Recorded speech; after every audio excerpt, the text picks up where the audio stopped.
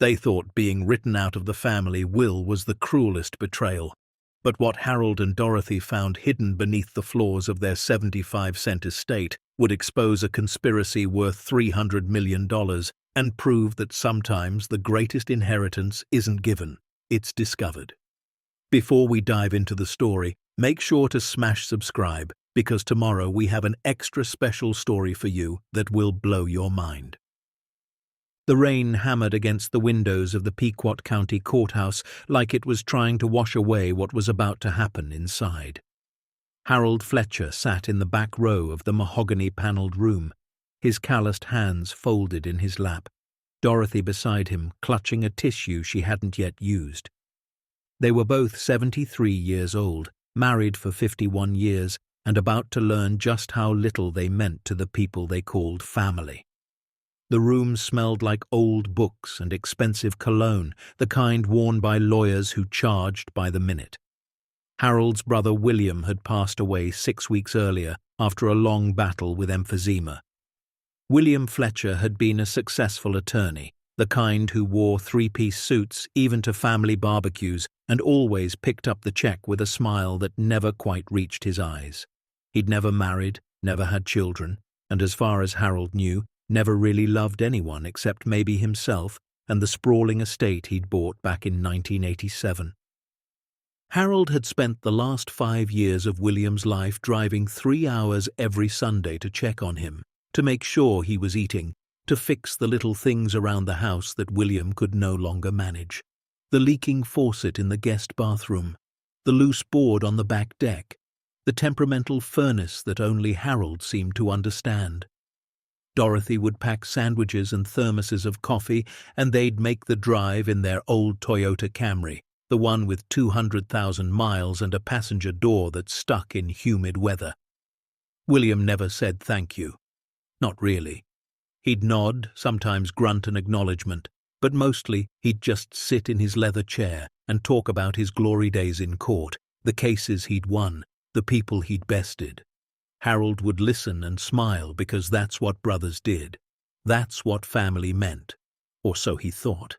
The attorney handling the will was a thin man named Garrison, with silver hair and reading glasses that perched on the end of his nose like they were judging everyone in the room.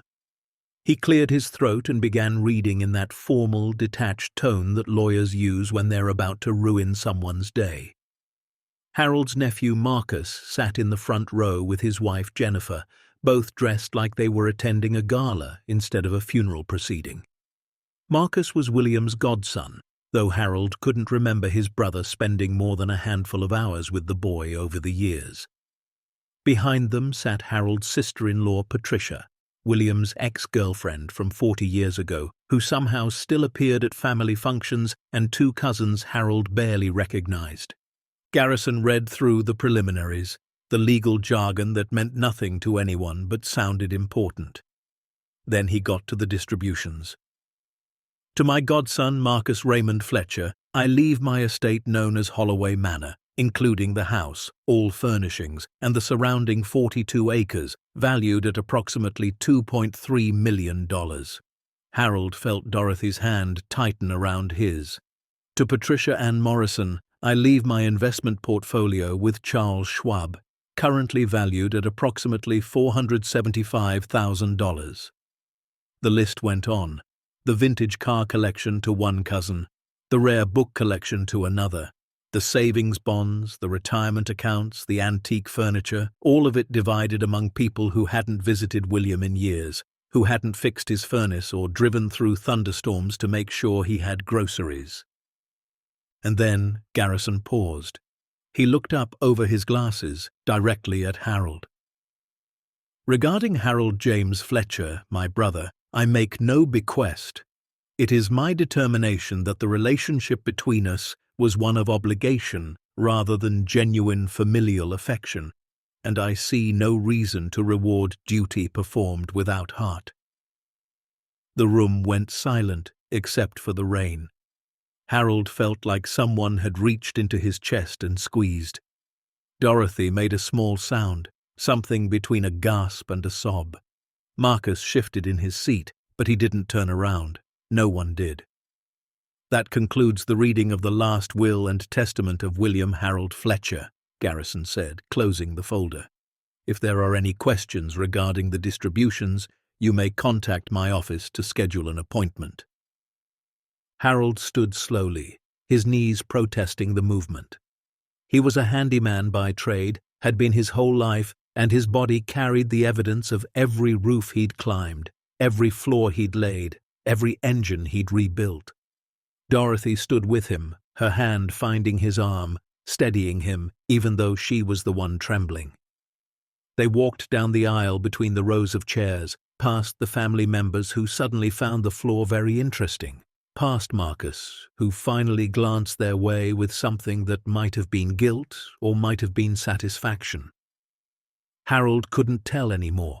He couldn't tell anything through the roaring in his ears. Outside, the rain had softened to a drizzle. They walked to their car in silence. Harold opened the passenger door for Dorothy, fighting with it when it stuck, finally yanking it open with a grunt. He walked around to the driver's side and sat behind the wheel, but he didn't start the engine. He just stared through the windshield at the grey sky and the water running down the glass. 51 years, Dorothy finally whispered. We've been married 51 years, and I've never seen you cry. Harold's jaw worked. His eyes burned, but nothing fell. Not gonna start now, he said, his voice rough. He didn't deserve it anyway. But they both knew that wasn't true. What William didn't deserve was 5 years of Sunday visits, of fixed faucets and cleared gutters, and groceries delivered in the rain. What William didn't deserve was a brother who loved him despite everything. Dorothy reached over and took Harold's hand. Her fingers were thin now, the skin almost translucent, marked with age spots and the faint scars from a lifetime of work. She'd been a librarian for 37 years before retiring, and her hands still moved like they were organizing books, straightening chaos into order. We'll be okay, she said. But neither of them believed it. The drive home took 40 minutes. They lived in a small rental house on the outskirts of Millbrook, a town so small it didn't have a traffic light, just a four-way stop that everyone treated as a suggestion. They'd lost their own home 3 years earlier when Dorothy's cancer treatment had drained their savings and then some.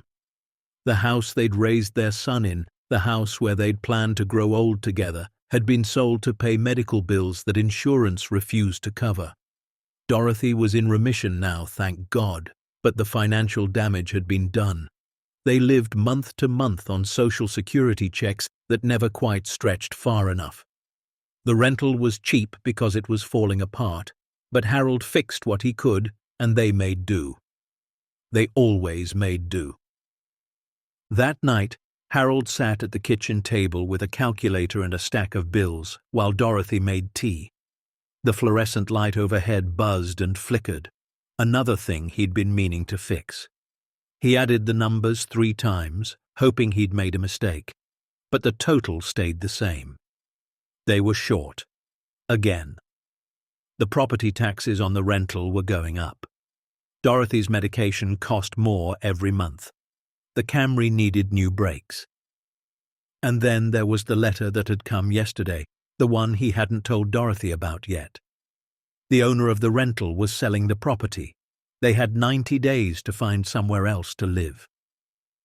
Harold pressed his fingers against his closed eyes, 73 years old and about to be homeless. How had it come to this? Harold? Dorothy set a mug of tea in front of him.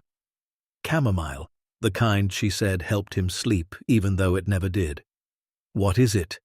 He couldn't lie to her. Not after 51 years. He slid the letter across the table. Dorothy read it slowly, her lips moving slightly the way they did when she was processing something difficult. When she finished, she set it down carefully and picked up her tea. Well, she said, I suppose we'll need to find something else then. With what money, Dottie? The nickname slipped out, the one he'd called her since they were 22, and he'd proposed in a library where she worked. We can barely afford this place. She sipped her tea. Her hands didn't shake. Dorothy had always been the strong one, the steady one. When their son Marcus had told them he was moving to California and didn't need their help or their advice or their phone calls anymore, Dorothy had been the one to say it was okay, that children grew up and away, and that was natural. When the cancer diagnosis came, she'd been the one to comfort Harold while he fell apart. Now she just looked at him with those clear blue eyes and said, "Then we'll find something cheaper." Cheaper than $400 a month? Harold shook his head. Dottie, there's nothing cheaper. Not around here, not anywhere that's safe.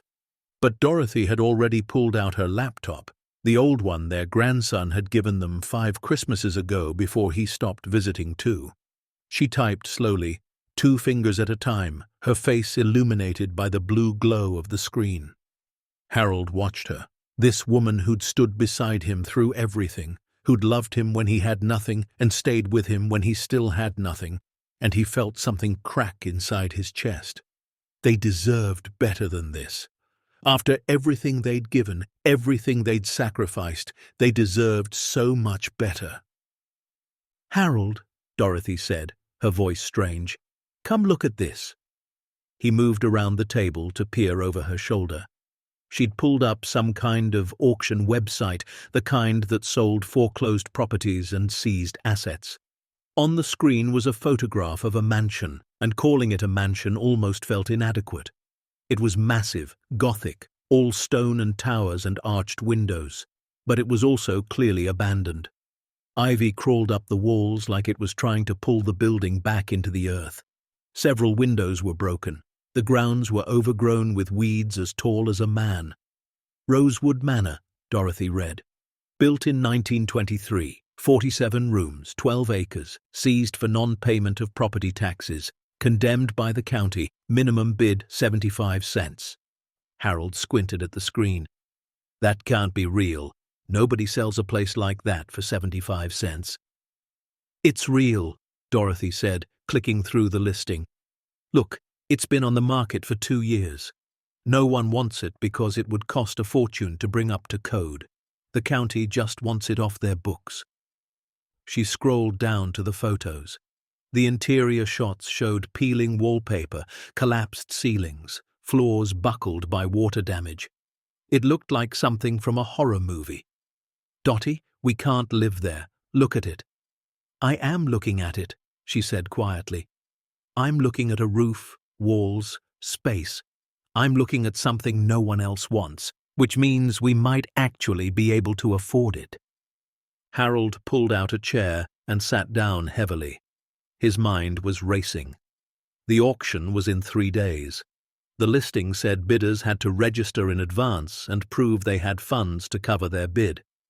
It also said the property was sold as is, no inspections, no warranties, no refunds. You bought it, you owned it, problems and all. "How much do we have in savings?" Dorothy asked.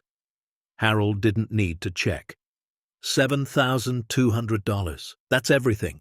That's what's left after the bills. Then that's what we bid. He stared at her. "Dottie, that's insane. We don't even know where this place is." "Millbrook Heights," she said, pointing to the screen. 3 hours west. I've driven through there before, remember, when we visited the Johnsons that one summer? Harold didn't remember, but he nodded anyway. "And if we get it, if we actually win this thing, what then? We can't afford to fix it up. We can't afford to heat a place that size. We probably can't even afford the property taxes." Dorothy closed the laptop and looked at him. Really looked at him, the way she used to when they were young and the whole world felt possible. "Harold James Fletcher," she said. "For 51 years you've been fixing things. You fixed our first apartment when the landlord wouldn't. You fixed our house when we couldn't afford contractors. You fixed William's entire estate for 5 years while he sat in a chair and complained. You can fix this, Dottie. And I can clean. I can organize. I can make something out of nothing. You know I can." Her voice softened. "We have 90 days before we're on the street. What do we have to lose?" Everything, Harold thought. They could lose everything. But then again, what was everything? $7,000 and a rental house they were being kicked out of anyway. He thought about William's will, about sitting in that courthouse while his family parceled out millions of dollars to people who didn't need it or deserve it. He thought about Marcus in his expensive suit, about Patricia with her investment portfolio, about cousins who got vintage cars while Harold got humiliation.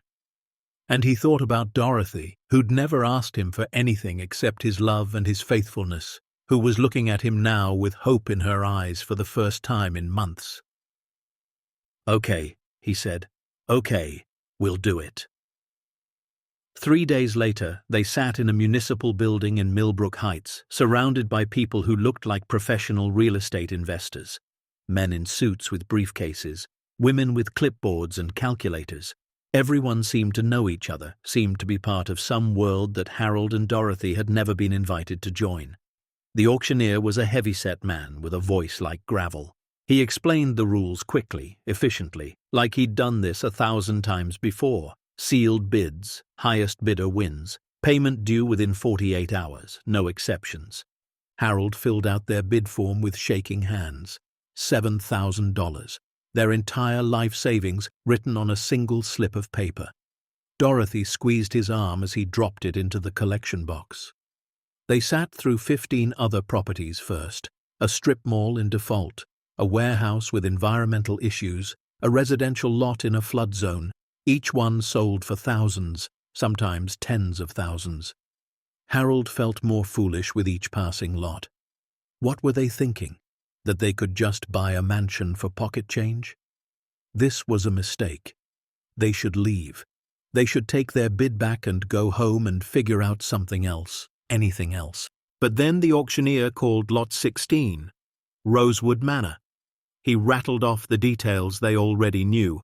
Condemned as is, buyer assumes all liability.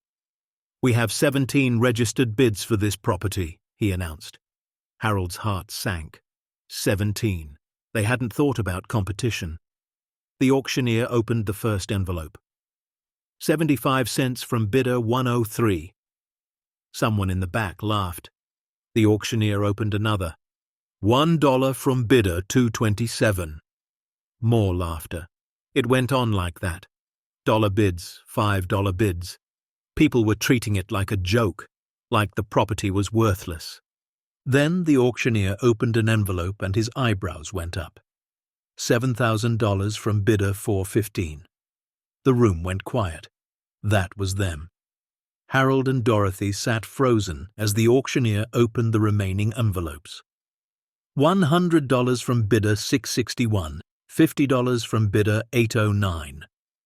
He went through all 17. The next highest bid after theirs was $200. "Sold," the auctioneer said, pointing his gavel at Harold and Dorothy. "Lot 16 Rosewood Manor to bidder 415 for $7,000. Congratulations." The room erupted in murmurs. People turned to look at them.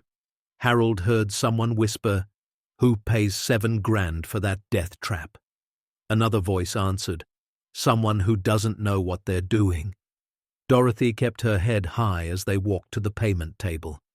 Harold's hands trembled as he wrote the check, as he watched their entire safety net disappear in a single transaction. The clerk handed him a receipt and a thick envelope. "Deed transfer documents," she said. "You'll need to file these with the county within 30 days. Keys are with the property management company. Address is in the packet. Good luck. You're going to need it." Outside, Harold and Dorothy stood in the parking lot beside their old Camry. The sky was overcast, threatening rain. Harold looked at the envelope in his hands, at the receipt that said they now owned a condemned mansion they'd never even seen in person. "What did we just do?" he whispered. Dorothy took his hand. "We took a chance," she said. "We bet on ourselves. What if we're wrong? What if we just threw away everything we had left?" She smiled, and it was sad and brave and so very Dorothy. "Then we'll be broke together, just like when we started." The drive to Rosewood Manor took 3 hours and 40 minutes. They got lost twice because the GPS kept losing signal in the rural areas, and the old paper map Dorothy tried to navigate with had roads that no longer existed. When they finally turned onto Rosewood Lane, Harold's first thought was that they'd made a terrible mistake. The road was barely a road anymore, more like 2 tire tracks through overgrown grass. Branches scraped the sides of the Camry. Dorothy gripped the door handle as they bounced through potholes deep enough to swallow a tire. Then the trees opened up, and there it was. Rosewood Manor rose from the hillside like something out of a Gothic novel. 3 stories of grey stone covered in ivy and crowned with towers that reached toward the clouded sky. The windows were dark eyes, some broken, some intact, but so filthy they might as well have been painted black. The front steps, wide and grand, were cracked and listing to one side. The massive oak door hung slightly crooked on its hinges. The grounds stretched in every direction, 12 acres of wilderness that had once been manicured gardens. Harold could see the bones of it, the ghost of what it must have been. A fountain in the distance, dry and crumbling. Stone pathways disappearing into weeds, a carriage house or maybe a garage, its roof partially collapsed. He parked the Camry in what might have once been a circular driveway, now more circle of dirt and broken pavement. For a long time, neither of them moved. They just sat there, staring up at the enormity of what they'd done. "Oh, Harold," Dorothy finally breathed. He couldn't tell if it was awe or horror in her voice. Maybe both. "Yeah," he said. "Oh, Harold is right." They got out slowly. The air smelled different here, like wet stone and old earth and something else, something harder to name. History, maybe, or just decay. Harold retrieved the keys from the packet the clerk had given them.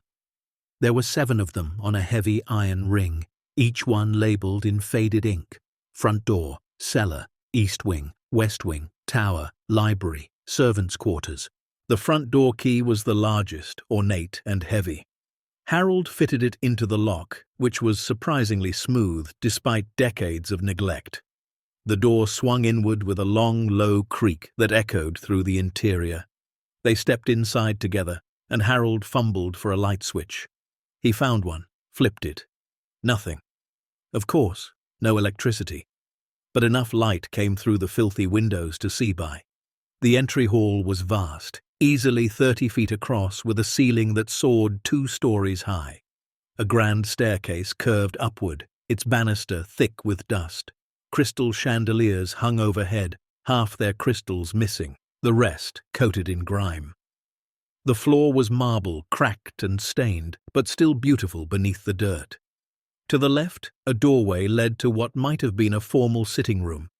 To the right, another doorway opened to darkness.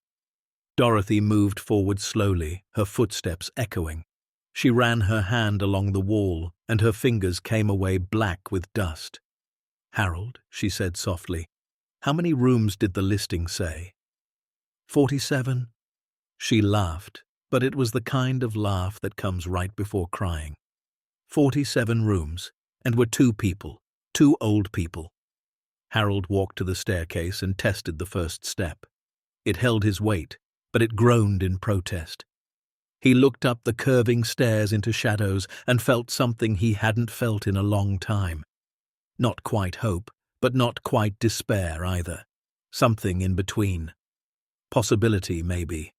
Or just madness. "We should check the rest," he said, "before it gets dark." They spent the next 2 hours exploring, or at least trying to. They couldn't access half the rooms because doors were locked or swollen shut or blocked by debris. What they did see was overwhelming. A dining room with a table long enough to seat 20.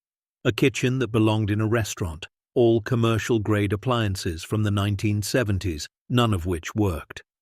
A library with floor-to-ceiling bookshelves, most of them empty, but some still holding mouldy volumes. A ballroom with a ceiling painted like the Sistine Chapel, except the paint was peeling away in sheets. Bedroom after bedroom, some furnished with antiques buried under dust, others completely empty except for water stains and evidence of small animals. The bathrooms were a nightmare: cracked porcelain, rusted pipes, fixtures that had frozen and burst. The smell in some of them made Dorothy gag. Harold's handyman brain was already calculating costs: new plumbing throughout, electrical rewiring, complete roof replacement, foundation work, insulation, heating system, windows. The list was endless. The cost was astronomical. They'd never be able to afford it. They'd made a terrible, terrible mistake. As the sun began to set, painting the broken windows orange and gold, they found themselves back in the entry hall. Dorothy sat down on the bottom step of the grand staircase. She looked small there, tiny against the vast emptiness of the house. Harold sat beside her and put his arm around her shoulders. "I'm sorry," he said. "This was stupid. We never should have—" "No," Dorothy interrupted. "No, don't apologize. We made this choice together. But look at it, Dottie. It's falling apart. It's too much. I can't fix all of this." She leaned her head against his shoulder. "Maybe not all of it, but some of it. Enough of it." "Enough for what?" "Enough to live in," she said simply. "Enough to have a roof and walls and a place that's ours." Ours, Harold thought. They hadn't owned anything that was truly theirs in 3 years, not since the cancer took their house. This broken, crumbling mansion was more theirs than anything had been since. "Where do we even start?" he asked. Dorothy was quiet for a moment, and then she stood.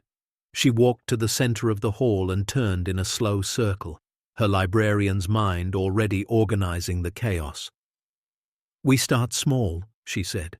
"We find one room we can make livable. We bring in sleeping bags and a camping stove. We work on one problem at a time." Harold looked up at her, silhouetted against the dying light coming through the tall windows. 51 years he'd known this woman. 51 years she'd surprised him with her strength. "The East Wing," he said, standing. "I saw a room there, smaller, with a fireplace. If I can get the chimney clear and block off the broken windows, we could heat it. We could make it work." Dorothy smiled. "Then that's where we start." They walked back to the Camry as darkness fell over Rosewood Manor. They'd brought supplies just in case, stuff shoved in the trunk and back seat, sleeping bags, a cooler with food, camping equipment Harold had bought at a yard sale years ago, flashlights, basic tools. They hauled everything inside, their breaths visible in the cold air. The house seemed to watch them, this broken giant they now owned. Harold wondered what it had seen in its 100 years of existence. What families had walked these halls? What joy and sorrow had echoed in these empty rooms? That night, they set up camp in the small room in the East Wing. Harold got the fireplace working after clearing out decades of bird nests and debris. The fire crackled and popped, filling the space with warmth and the smell of burning wood. They ate sandwiches Dorothy had packed and drank coffee from a thermos. Outside, the wind picked up, and the old house groaned and settled around them. Every sound was amplified. Footsteps that were just contracting wood. Whispers that were just air moving through broken windows. But Harold and Dorothy sat close to the fire, shoulders touching, and for the first time since William's will had been read, Harold felt something like peace. "Do you think he knew?" Dorothy asked quietly. "William, do you think he knew what he was doing to us?" Harold poked at the fire with a stick. "I think William only ever knew what he wanted to know. Everything else didn't matter to him."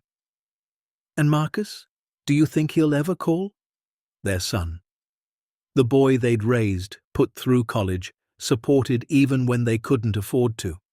The man who now lived in California and hadn't spoken to them in over a year except for perfunctory holiday texts. "No," Harold said. "I don't think he will." Dorothy was quiet for a long moment. Then she said, "Their loss."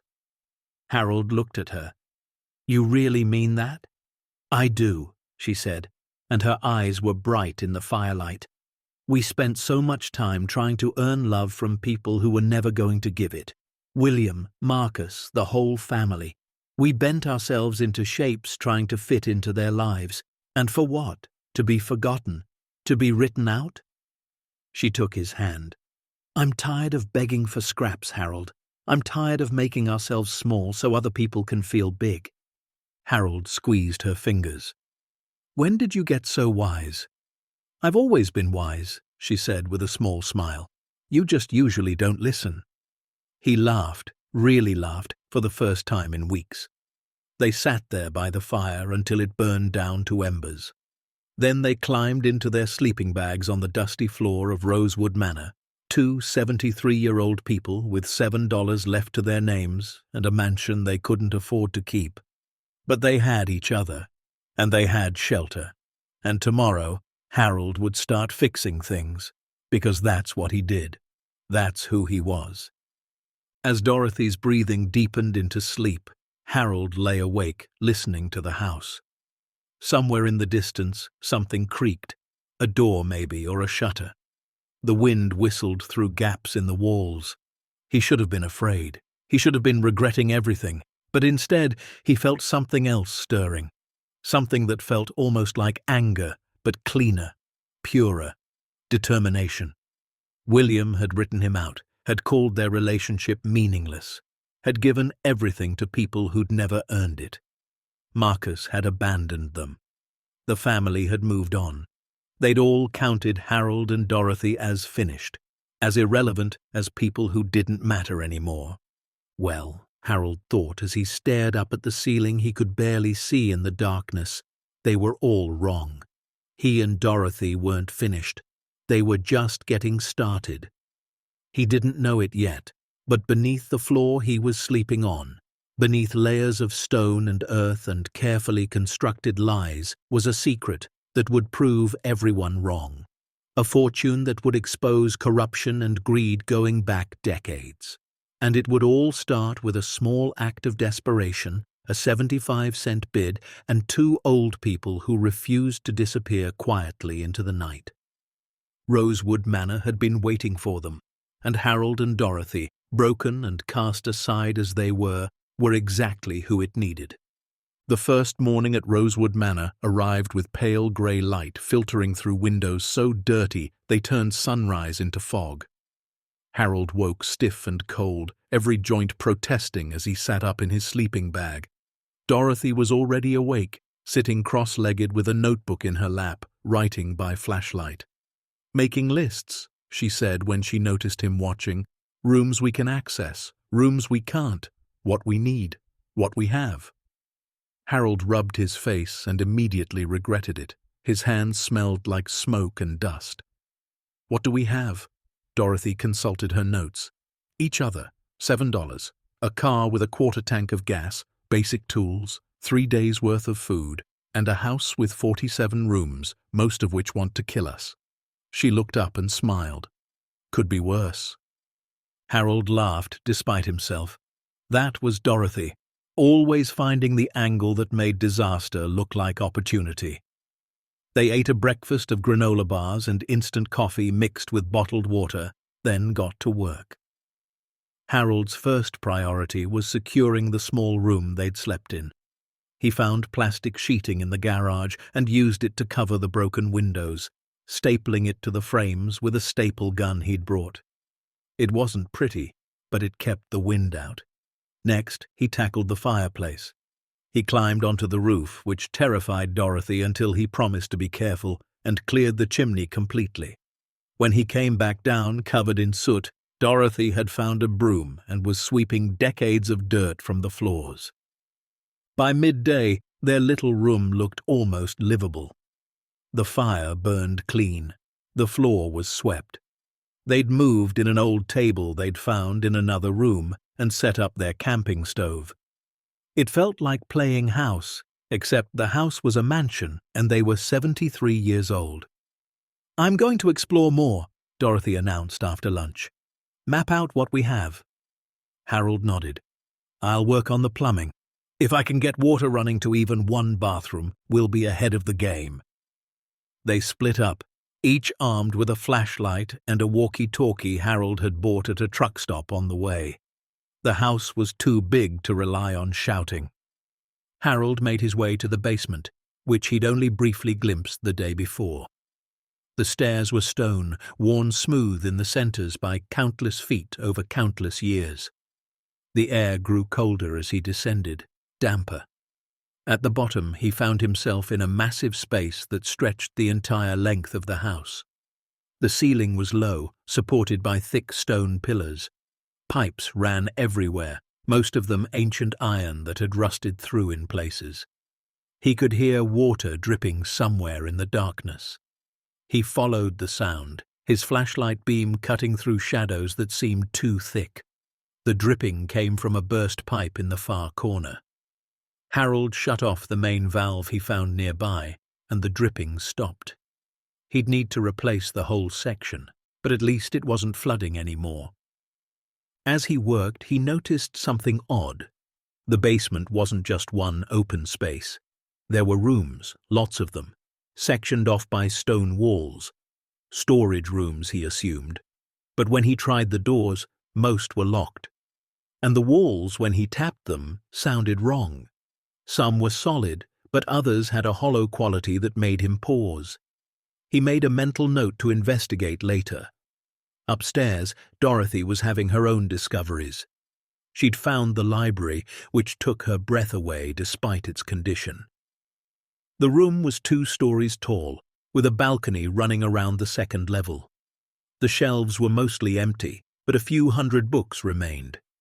She pulled one down carefully and opened it. The pages were foxed and brittle, but legible. "A complete works of Shakespeare," she murmured. "First edition." She pulled down another, then another. Rare books, valuable books, just sitting here rotting. Her librarian's heart broke and soared at the same time. She started making notes of titles, conditions, publication dates. She'd need to research their value, but even damaged, some of these had to be worth something. Maybe enough to help with repairs. As she worked, she noticed something strange about the shelving. On the north wall, one section looked newer than the rest. The wood was a slightly different color, the craftsmanship not quite matching. She ran her fingers along the edge and felt a seam. It was subtle, almost invisible, but it was there. A hidden door, maybe. She tried to find a latch or a button, but there was nothing obvious. She made a note in her book. North Wall Library, investigate further. That night, they compared findings over a dinner of canned soup heated on the camping stove. "I found rare books," Dorothy said, "possibly valuable, and what might be a hidden door in the library." "I found burst pipes and locked rooms in the basement," Harold added, "and some weird hollow walls. This house has secrets." They looked at each other across the flickering firelight. "Do we want to know them?" Dorothy asked. Harold thought about it, about William and Marcus and everyone who'd written them off, about being 73 and broke and living in a condemned mansion. "Yeah," he said, "I think we do." Over the next week, they settled into a routine. Mornings were for basic survival, fixing things that were actively broken, securing rooms against weather, finding ways to make the mansion livable. Harold got water running to one bathroom on the first floor. The pressure was terrible, and the water came out rust-colored for the first 10 minutes, but it was running water. He rigged up a propane heater they bought with their last few dollars. Dorothy cleaned room by room, sweeping, scrubbing, organizing the chaos into something manageable. Afternoons were for exploration. They'd split up and investigate different parts of the house, then meet for dinner to share what they'd found. Dorothy discovered that the ballroom had a ceiling painted to look like a night sky, complete with constellations. Beneath the peeling paint and water damage, it was breathtaking. She found a music room with a grand piano that was hopelessly out of tune but still beautiful. She found bedrooms that had clearly belonged to children, with faded wallpaper showing circus scenes and toy soldiers. She found a conservatory, all glass and ironwork, where plants had once grown in splendor. Now it was just broken panes and dead vines, but the structure remained. Harold found the servants' quarters in the attic, small rooms with sloped ceilings and tiny windows. He found evidence of a dumbwaiter system that ran from the kitchen to the upper floors, the ropes long rotted away. He found a room full of old furniture covered in sheets, like someone had been planning to come back. And he kept finding locked doors. They were everywhere. Rooms that couldn't be opened, even with the keys they had. Closets that seemed too small for their external dimensions. Walls that sounded hollow when he knocked. It was like the house was hiding things, and the more they explored, the more convinced Harold became that they were right. On the 8th day, a truck pulled up the broken driveway. Harold and Dorothy watched nervously from the front steps as a woman in her 60s climbed out. She had steel-grey hair pulled back in a bun and wore practical clothes, jeans, boots, a canvas jacket. "You the folks who bought this place?" she called out. Harold nodded. "Harold and Dorothy Fletcher." The woman walked closer, her eyes scanning the mansion with a look that was part nostalgia, part sadness. "I'm Evelyn Hart, lived in Millbrook Heights my whole life. My grandmother worked here back in the day when the Montgomerys owned it." Dorothy stepped forward. "The Montgomerys. We've been trying to find information about who lived here, but the county records are incomplete." Evelyn laughed, but it was bitter. "I bet they are. The Montgomerys made sure of that." She looked at the house again. "You two have any idea what you bought?" "A condemned mansion we can't afford to fix," Harold said honestly. Evelyn smiled. "Yeah, that. But also a whole lot of history, most of it dark." She told them what she knew. The mansion had been built in 1923 by Lawrence Montgomery, who'd made his fortune in industrial equipment. He was a collector, she said. Art, antiques, rare books, cars, anything beautiful or valuable. He filled the house with treasures from around the world. But Lawrence Montgomery had a darker side. During World War II, he'd allegedly profited from both sides, selling equipment to the Allies while maintaining business relationships with certain European interests that raised eyebrows. After the war, rumors started circulating. Stolen art.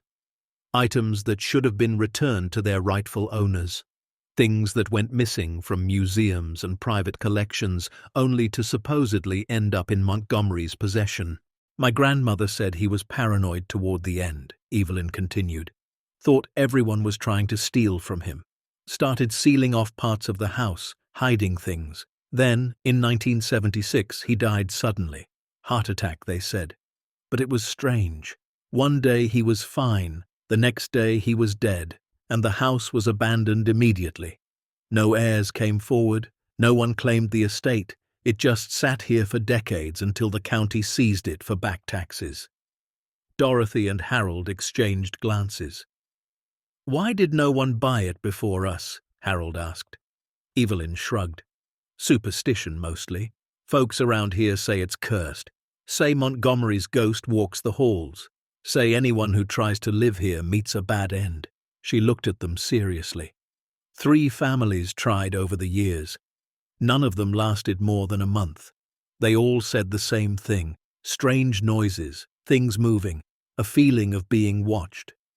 Harold felt a chill that had nothing to do with the cold. "You trying to scare us off?" "No," Evelyn said, "just warning you. My grandmother, before she died, she told me something. She said Montgomery didn't just collect things. He hid them, and some of what he hid, powerful people wanted it to stay hidden. She said if anyone ever found what was really in this house, it would shake the whole county." With that cryptic message, Evelyn left. Harold and Dorothy stood on the steps watching her truck disappear down the overgrown driveway. "Well," Dorothy said, "that was unsettling." "Yeah," Harold agreed, "but also interesting. If there's something valuable hidden here, something we could find." "We could fix the house," Dorothy finished. "We could actually make this work." That night, Harold couldn't sleep. He kept thinking about locked doors and hollow walls, about a man paranoid enough to seal off parts of his own house, about secrets that powerful people wanted to stay buried. Around midnight, he gave up on sleep. He grabbed his flashlight and headed down to the basement. He'd been meaning to investigate those hollow walls more thoroughly. In the basement, he moved methodically, tapping on walls, listening to the sound. Solid, solid, solid, hollow. There. He tapped again to be sure. Definitely hollow. The wall was in a corner, partially hidden behind old shelving. He moved the shelves aside, his muscles protesting, and examined the wall more closely. In the beam of his flashlight, he could see it now. The stones were slightly different colors. This section had been built later, added to seal something off. He ran his fingers along the edges and found what he was looking for, a seam, almost invisible, where the newer wall met the older structure. He went back upstairs as quietly as he could, not wanting to wake Dorothy. He retrieved his crowbar and a hammer from his toolbox. Back in the basement, he hesitated for just a moment. Was this vandalism? Was he destroying something he shouldn't? But then he thought about Evelyn's words, about being warned, about secrets. He wedged the crowbar into the seam and pulled. The first stone came loose with a grinding sound that echoed through the basement, then another, and another. Behind the wall was darkness and the smell of stale air that hadn't moved in decades. Harold widened the hole until he could shine his flashlight through. His breath caught. It wasn't a room behind the wall. It was a corridor, a narrow passage that led deeper into the darkness. "Harold?" Dorothy's voice came from the stairs. He turned to see her standing there in her bathrobe, flashlight in hand. "What are you doing?" "I found something," he said. "A hidden passage." She came down the stairs carefully and peered through the hole he'd made. "Oh my God, where does it go?" "Only one way to find out." They looked at each other. It was 1 a.m. They were in the basement of a mansion people said was cursed, and they were about to crawl through a hole in a wall into a secret passage. "We're either very brave or very stupid," Dorothy said. "Probably both," Harold agreed. "But we're doing it anyway?" She smiled. "Of course we are." Harold made the hole bigger, large enough for them to climb through. He went first, crawling on his hands and knees into the passage. The walls were close on either side, the ceiling low. It felt like being in a tomb. Dorothy followed behind him, and they inched forward together into the darkness. The passage ran for about 20 feet before opening up into a larger space. Harold stood slowly, his back grateful for the relief. He swept his flashlight around and gasped. They were in a room. No, not a room, a chamber. It was about 15 feet square with a vaulted ceiling, and along the walls were shelves. And on the shelves were things, paintings wrapped in protective cloth, sculptures on pedestals, wooden crates marked with shipping labels in languages Harold didn't recognize, file cabinets, trunks, so many items, all carefully arranged, all hidden away in this secret chamber beneath the house. Dorothy moved to the nearest painting and carefully pulled back the cloth covering it. Her hand flew to her mouth. "Harold, this is a Monet." "What?" "A Monet, Claude Monet. I saw this exact painting in a book about lost art. It was stolen from a private collection in France in 1944. She moved to another painting, unwrapped it. "Rembrandt? And this one? This is Klimt. These paintings, Harold, they're worth millions, tens of millions." Harold felt like the floor was tilting beneath him. This couldn't be real. They hadn't just stumbled onto a few valuable items. This was a treasure trove, an entire collection of stolen art hidden beneath a mansion no one wanted. What happens next will turn this night upside down, reveal a truth nobody expected, and remind us why sometimes the quietest voices carry the most power. Stay tuned to see what happens next. If you're enjoying the story, please like, share, and subscribe for more. Dorothy was already moving through the chamber, cataloguing items with the speed of someone who'd spent decades organizing information. "There are documents here," she called out. "Files, ledgers, receipts." She pulled open a filing cabinet drawer and started reading by flashlight. "Oh my God, Harold, these are acquisition records, dates, locations, prices. Montgomery documented everything." Harold moved to look over her shoulder. The files were immaculate. Each item in the collection had its own folder with photographs, provenance documentation, and detailed notes. But as Dorothy flipped through them, a pattern emerged. "These aren't legitimate purchases," she said, her voice shaking. "Look at the dates.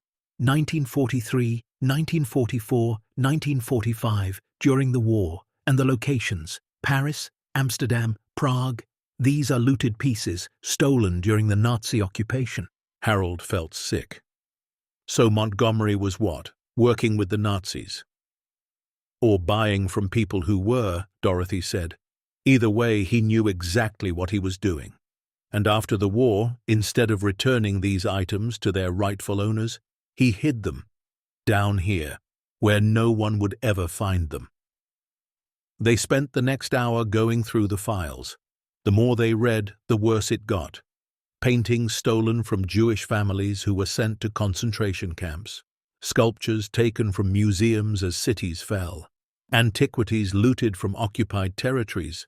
And Montgomery had kept records of all of it. Meticulous, detailed records that proved exactly where each item came from and how he'd acquired it. Why would he document this? Harold wondered aloud. If he was hiding stolen art, why keep evidence? Insurance, maybe, Dorothy suggested. Or leverage. If someone came asking questions, he could prove he wasn't the one who did the original stealing. He was just a buyer. A buyer of stolen goods, Harold said, which is still a crime. A crime that a lot of people were probably involved in, Dorothy added. She pulled out another file, this one thicker than the rest. "Look at this. There are names here. Other collectors, museum curators, government officials, all of them listed as part of a network. Montgomery wasn't working alone." Harold scanned the list. His blood ran cold when he reached the middle of the second page. "Dottie, look at this name." She leaned in. William Harold Fletcher, attorney at law. Consultation fees, 1973 through 1976.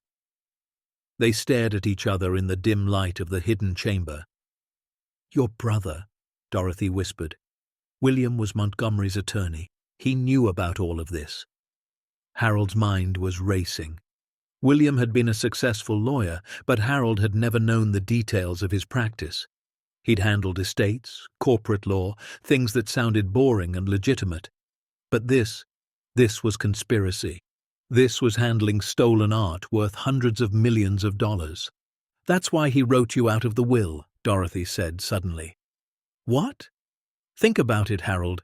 William knew what was hidden here. He knew this estate would eventually be seized and sold. If he left you anything connected to Montgomery, to this house, to any of it, you'd be implicated. You'd be tied to the conspiracy." Harold sank down onto a wooden crate, his legs suddenly weak. "He was protecting me." "Or protecting himself," Dorothy said gently. "Maybe both. By excluding you completely, he made sure there was no connection between you and Montgomery. No paper trail that could lead investigators from this chamber to you." Harold thought about the will, about sitting in that courthouse feeling worthless and forgotten, about William's words, obligation rather than genuine familial affection. Maybe it hadn't been cruelty.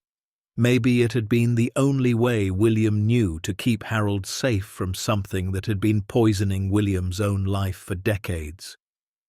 "If William knew," Harold said slowly, "and he kept it secret all these years, then he was part of it. He helped Montgomery hide this stuff." "Or he inherited the problem," Dorothy countered. "Montgomery died in 76. Maybe William discovered the chamber after that and didn't know what to do. He couldn't report it without implicating himself, so he just left it sealed and hoped no one would ever find it." They sat in silence for a long moment, surrounded by millions of dollars in stolen art and the ghost of secrets that had outlived the men who kept them. "What do we do?" Harold finally asked. Dorothy looked around the chamber. "We document everything.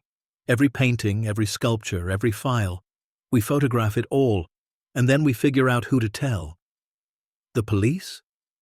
"Maybe, or the FBI, or an art recovery organization. I don't know yet." She took his hand. "But Harold, we can't keep this. We can't sell it. These items belong to families who lost everything. Some of them might still be alive, still looking for what was taken from them." Harold knew she was right, but he also knew what this meant. They'd bought this house with their last $7,000, hoping to find something valuable enough to save them. And they had. They'd found a fortune beyond imagining. But it wasn't theirs to keep. It would never be theirs. They made their way back through the passage, sealing the hole loosely behind them. Upstairs, dawn was breaking. They sat at their small table in the room they'd made livable and didn't speak for a long time. Finally, Dorothy said, "We need to be careful. Evelyn said powerful people wanted this to stay hidden. If we start asking questions, if we contact authorities, we could be in danger," Harold finished. "Yeah, we could be." But even as he said it, he felt something stirring in his chest, something that felt like purpose. All his life, he'd fixed broken things for other people. He'd worked hard, played by the rules, done what was right. And where had it gotten him? Cast aside by his family, broke and living in a condemned mansion. But now he had a chance to do something that mattered, not just fix a leaky pipe or replace a furnace, but return stolen treasures to people who thought they were lost forever, to right wrongs that had festered for 80 years. "We're going to do it anyway, aren't we?" Dorothy said, reading his expression. "Yeah," Harold said, "we are." Over the next 3 days, they worked in secret. Harold borrowed a digital camera from the library in town, claiming he wanted to document the mansion's architecture for insurance purposes. Dorothy compiled information, cross-referencing Montgomery's files with databases of stolen art she accessed on their old laptop using the library's Wi-Fi. They photographed every item in the chamber, every painting, every sculpture, every document. Dorothy created a master spreadsheet listing each item with its presumed origin, last known location, and current condition. The value, based on auction records of similar pieces, was staggering. Just the paintings alone were worth over $200 million. Add in the sculptures, the antiquities, and some rare items Dorothy couldn't even identify, and the total approached $300 million. $300 million in stolen art, hidden in a basement they now legally owned. The irony wasn't lost on Harold. They'd gone from having $7 to their name to sitting on top of a fortune. Except it wasn't their fortune. And if they tried to claim it, they'd be no better than Montgomery. On the 4th day, they had a visitor. Harold was working on replacing some rotted boards on the front porch when a black sedan pulled up the driveway. A man got out, mid-50s, expensive suit, hair slicked back. He had the look of someone used to getting his way. "Mr. Fletcher," the man called out. Harold set down his hammer. "That's me." "My name is Everett Kane. I'm a property developer in the area. I heard you recently purchased Rosewood Manor." Harold's guard went up immediately. "News travels fast." "Small town," Kane said with a smile that didn't reach his eyes. "I wanted to make you an offer. I'll buy this property from you for $50,000. That's a nice profit on a $7,000 investment." Harold's mind raced. How did Kane know what they'd paid? The auction records were public, but still, this man had done his homework. "Property's not for sale," Harold said. Kane's smile tightened. "Mr. Fletcher, be reasonable. You're what, 70? 75? You can't possibly maintain a property this size. Take the money. Buy yourself a nice condo somewhere warm. Enjoy your retirement." Dorothy appeared in the doorway. She'd been listening. "We said no, thank you. You can leave now." Kane looked at her, and something cold flickered in his eyes. "Ma'am, with all due respect, you don't know what you're dealing with here. This property has a complicated history. There are people who have an interest in seeing it remain vacant." "What kind of interest?" Harold asked. "The kind you don't want to cross," Kane said. "50,000 is a generous offer for a condemned building. I'd take it if I were you, before the offer expires." He handed Harold a business card. "You have 48 hours to think about it. After that, well, things might get more complicated for you." Kane got back in his sedan and drove away, leaving Harold and Dorothy standing on the porch. Harold looked at the business card. Everett Kane, acquisitions specialist. No company name, just a phone number. "He knows," Dorothy said. "Knows what?" "About what's in the basement. He has to. Why else would he want this property so badly?" Harold crushed the card in his fist. "He's not getting it. We bought this fair and square." That night, Harold barely slept. Every sound made him jolt awake. Creaking floorboards, the wind rattling windows. Were those footsteps in the hall, or just the house settling? Around 3 in the morning, he heard something that definitely wasn't the house. A car engine, distant but getting closer. He got up and looked out the window. Headlights were coming up the driveway, moving slowly with no headlights. Harold's heart hammered. He shook Dorothy awake. "Someone's here," he whispered. They watched from the darkened window as the car stopped near the house. 2 men got out. They wore dark clothes and moved with purpose, scanning the property with flashlights. One of them tried the front door. Locked. They moved around to the side of the house, testing windows. Harold grabbed his walkie-talkie. "Stay here," he told Dorothy. "If anything happens, you call 911. "Harold, no!"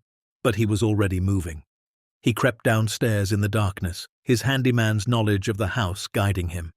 He knew which stairs creaked, which doors squeaked. He made his way to the kitchen and grabbed the largest wrench he had. Through the kitchen window, he could see the 2 men. They'd found a broken window and were trying to pry it open further. Harold's pulse pounded in his ears. He could confront them, but he was an old man with a wrench against 2 younger, possibly armed intruders. Or he could wait, see what they wanted. He chose a middle ground. He stepped out onto the back porch and turned on every light he could reach. The men froze, caught in the sudden glare. "You're trespassing!" Harold called out, his voice steadier than he felt. "I've called the sheriff. They'll be here in 5 minutes." It was a lie. They didn't have phone service yet, but the men didn't know that. They exchanged glances, then ran back to their car. Within seconds they were gone, taillights disappearing into the darkness. Harold stood on the porch, wrench in hand, adrenaline making him shake. Dorothy appeared beside him. "They're gone?" "For now," Harold said. "But they'll be back. Kane gave us 48 hours. This was a warning." They spent the rest of the night awake, sitting by the fire in their room. As sunrise painted the windows gold, Dorothy said, "We can't wait anymore. We need to contact someone about the chamber, today." Harold nodded. "Who?" Dorothy pulled out her laptop. "I found something yesterday. There's an organization called the Art Recovery Foundation. They specialize in returning looted artwork to rightful owners. They work with the FBI, Interpol, museums. They're legitimate. And if we contact them, they'll investigate. They'll verify what we found. And if it's what we think it is, they'll take custody of everything and begin the process of returning items to heirs and institutions." She looked at him. "We won't get anything out of it, Harold. No reward, no finder's fee. We'll just have an empty chamber and a house we still can't afford to fix." Harold thought about William, about secrets that had rotted his brother from the inside, about Montgomery, who'd profited from human suffering and hidden the evidence, about Kane and his threats, about men breaking into their home in the middle of the night. "Call them," he said. "Call them right now." Dorothy drafted an email, careful and detailed. She explained who they were, what they'd found, and attached several of the photographs. She included copies of Montgomery's acquisition records showing dates and locations. At 9 a.m., she hit send. Then they waited. The response came faster than they expected. 3 hours later, Dorothy's laptop pinged. The email was from Dr. Sarah Morrison, Director of Recovery Operations for the Art Recovery Foundation. Mr. and Mrs. Fletcher, if what you've documented is authentic, you may have uncovered one of the largest collections of looted artwork still in private hands. I need to verify this immediately. I can be at your location tomorrow morning. Please do not move or disturb any items, and please do not discuss this with anyone else. There are people who would kill to keep this collection hidden. You may be in danger. Harold and Dorothy read the email twice. Tomorrow morning, Dorothy said. We just have to keep everything secret until tomorrow morning. Harold looked out the window at the overgrown grounds, at the long driveway where Kane's threats still echoed. We can do that, he said. We've made it this far. But that night, as they sat by the fire listening to the old house settle and creak around them, Harold couldn't shake the feeling that they were being watched, that somewhere in the shadows someone was waiting. They'd found a fortune in stolen art. They'd uncovered a conspiracy decades old, and they'd made themselves targets of people who would stop at nothing to keep the past buried. But Harold and Dorothy Fletcher, written out and cast aside, had finally found something worth fighting for, and they weren't backing down. Not now. Not ever. Tomorrow, everything would change. Dr. Sarah Morrison arrived at exactly 9 a.m., driving a rental sedan that looked out of place on the overgrown driveway of Rosewood Manor. She was younger than Harold expected, maybe 45, with sharp eyes behind wire-rimmed glasses and an intensity that filled the room the moment she stepped inside. She carried a leather briefcase and a professional camera with lenses that probably cost more than Harold's truck.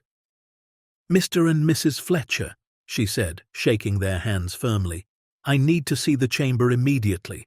I've already contacted federal authorities, but I need to verify authenticity before they mobilize resources. Harold led her down to the basement, through the passage they'd opened, into the hidden chamber. Sarah stood in the entrance for a long moment, sweeping her flashlight across the shelves of wrapped paintings and crated sculptures. Then she moved forward with the focused energy of someone who'd been searching for exactly this her entire career. She examined paintings with a jeweler's loupe, checking signatures and brushstrokes. She photographed everything from multiple angles. She opened Montgomery's files and read through them with increasing urgency, occasionally making small sounds of disbelief. After 2 hours, she emerged from the chamber looking shaken. This is real, she said, setting her briefcase down heavily on Harold's makeshift table. Everything you documented is authentic. I've spent 15 years tracking Nazi-looted art, and this collection represents pieces we thought were destroyed or lost forever. The Monet alone was on Interpol's top 10 most wanted list. She pulled out her phone. I need to make some calls. The FBI's art crime team needs to be here today, not tomorrow, and we need security. If word gets out about this before we can secure the site— She didn't finish the sentence, but Harold heard the unspoken threat clearly. While Sarah made her calls, Dorothy pulled Harold aside. She said federal authorities. That means this becomes an official investigation. Harold nodded. Which means they'll look into Montgomery, into who helped him, into everyone connected to this property. Into William, Dorothy said quietly. Harold's stomach tightened. His brother had been dead for 2 months. Whatever William had done, whatever secrets he'd kept, they were about to be dragged into the light. And Harold would have to watch his brother's reputation, his legacy, everything William had built, get torn apart. Maybe William deserves it, Harold said, but his voice lacked conviction. Sarah ended her call and turned to them. Agents will be here by this afternoon. In the meantime, I need to ask you some difficult questions. She pulled out a notepad. How much do you know about your brother's relationship with Lawrence Montgomery? Harold blinked. How do you know about William? His name is all over Montgomery's files, Sarah said. William Fletcher, attorney at law. He handled Montgomery's estate after his death in 1976. But there's more. According to these records, your brother continued making payments on this property for years, long after Montgomery died. Why would he do that unless he knew what was hidden here? Harold felt like the floor was tilting. William paid for this property? Property taxes, Sarah confirmed, showing him a ledger. 1977 through 2003, then the payments stopped. That's when the county eventually seized it. Dorothy did the math in her head. 2003. That's when William had his first stroke. He was hospitalized for 3 months. So he was physically unable to continue making payments, Sarah said. And without him protecting the property, it fell into county hands, which means someone lost control of this collection, someone who'd been relying on your brother to keep it hidden. Harold sat down hard on a dusty crate. William knew.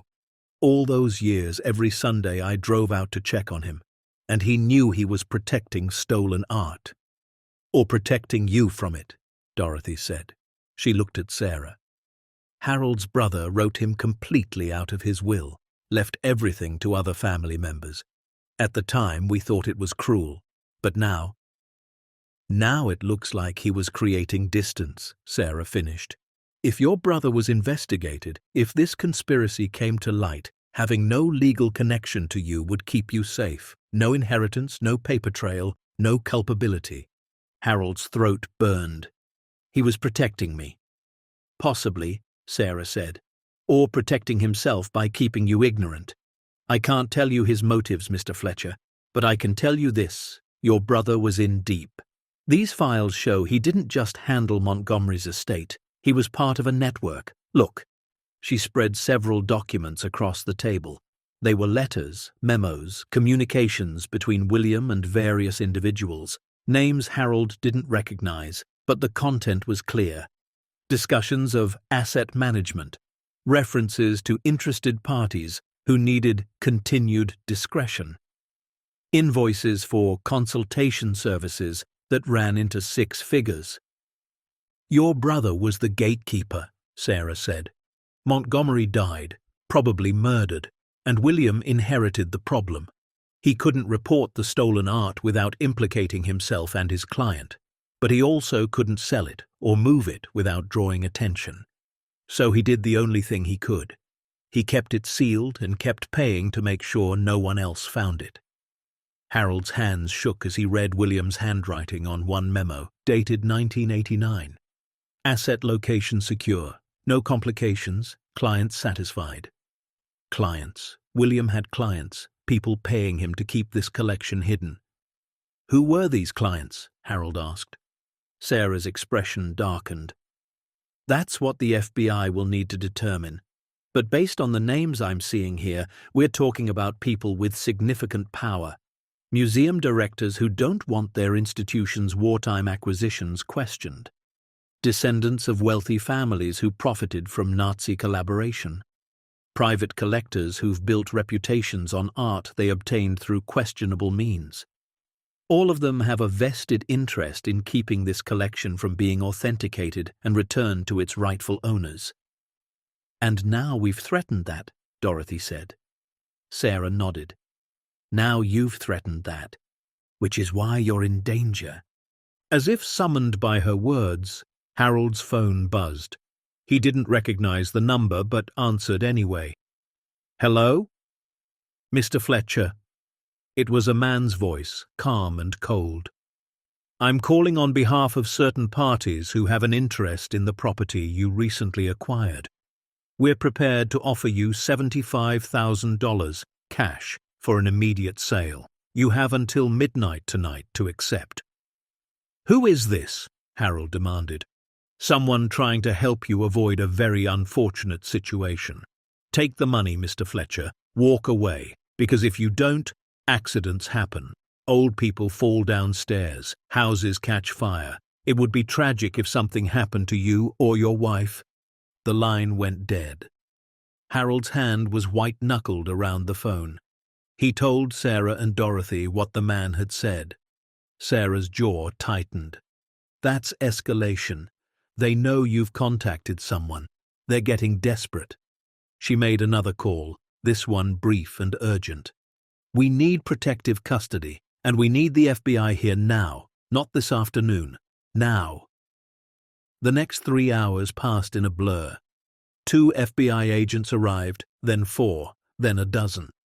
They cordoned off the basement, set up lights in the hidden chamber, began the painstaking process of cataloging evidence. An agent named Torres, mid-40s with a no-nonsense demeanor, took Harold and Dorothy's statements. He listened to everything. The auction, the discovery, Kane's visit, the break-in attempt, the threatening phone call. You should have contacted us immediately, Torres said, but his tone wasn't accusatory. What you found is evidence in multiple ongoing investigations, art theft, money laundering, possibly murder. And now you're witnesses, which makes you targets. We just wanted a place to live, Dorothy said, and her voice cracked for the first time since this began. We didn't ask for any of this. Torres softened. I know, ma'am, but you stumbled into something big. And the people trying to keep it buried, they don't care that you're innocent bystanders. They only care that you're a threat. Another agent approached Torres and whispered something. Torres's expression grew grim. We just ran the phone number that called you. It's a burner, untraceable. But we did get a hit on the car that showed up here last night. Black sedan, 2 occupants. It's registered to a shell company that's been flagged in 3 separate federal investigations. These aren't amateurs, Mr. Fletcher. These are professionals. Harold felt Dorothy grip his hand. What does that mean for us? It means you need protection, Torres said. We can put you in a safe house until we sort this out. Could be a few days, could be a few weeks. Leave Rosewood Manor? Harold said. This is our home. It's all we have. It's also a crime scene now, Torres replied, and a target. Staying here puts you at risk. But Harold shook his head. We're not leaving. We fought to get this place. We bought it fair and square. We're not letting them chase us off. Torres looked at Dorothy. Ma'am, help me out here. Make him see reason. Dorothy surprised them both by standing up straighter. Agent Torres, my husband and I have been counted out our whole lives. We've been overlooked, underestimated, and cast aside by people who thought we didn't matter. We're not running anymore. If you can't protect us here in our own home, then what's the point of any of this? Torres studied them for a long moment. Then he sighed. All right, we'll station agents on the property, 24-hour security. But you follow our protocols. You don't leave without an escort. You don't open doors to anyone we haven't cleared. Understood? They both nodded. As Torres walked away to coordinate security, Sarah Morrison approached. I need to show you something else I found in the chamber. It was hidden in a false bottom of one of the filing cabinets. She led them back down to the basement, now brightly lit by the FBI's equipment. Agents were carefully removing paintings and cataloging items. Sarah took them to a corner where she'd set up a small workspace. She showed them a leather-bound journal. This belonged to your brother. It's a personal log he kept separate from the official files. Harold opened it with trembling hands. William's familiar handwriting filled page after page. The entries started in 1976, right after Montgomery's death. Harold read aloud. July 19th, 1976. Lawrence is dead. They said heart attack, but I know better. He told me 2 days ago he was going to come clean, return everything to the rightful families. I warned him that would be suicide. I was right. Now I'm the only one who knows where everything is hidden. And they're already circling, asking questions, making threats. What have I gotten myself into? Dorothy read over his shoulder. The entries continued. chronicling William's growing fear and paranoia. He wrote about meetings with clients who demanded assurance the collection would stay hidden, about pressure from people he couldn't name, about nights he couldn't sleep, haunted by the thought of families still searching for heirlooms that were sealed in darkness beneath Rosewood Manor. And then an entry from 1998. I tried to authenticate some of the pieces today, contacted the Art Recovery Foundation under a false name. They confirmed what I already knew. These items belong to Holocaust survivors and their families, people who lost everything. I'm complicit in keeping their history from them. But if I come forward, I'm a dead man, just like Lawrence. Harold's vision blurred. He wanted to do the right thing. He just didn't know how. Sarah pointed to an entry near the end, dated 2002. Read this one. Harold found the page. Harold came by today with Dorothy. They brought soup because I've been sick. Harold fixed my furnace without being asked. He never asks for anything, never expects anything. He's a better man than I'll ever be. I've decided to write him out of my will, not because he doesn't deserve inheritance, but because he deserves protection. If they ever find out about the collection, everyone connected to me will be investigated. Harold has done nothing wrong. He deserves to live his life free of my sins. Forgive me, little brother, this burden was never meant for you. Harold's tears fell onto the page, smudging ink that was over 20 years old.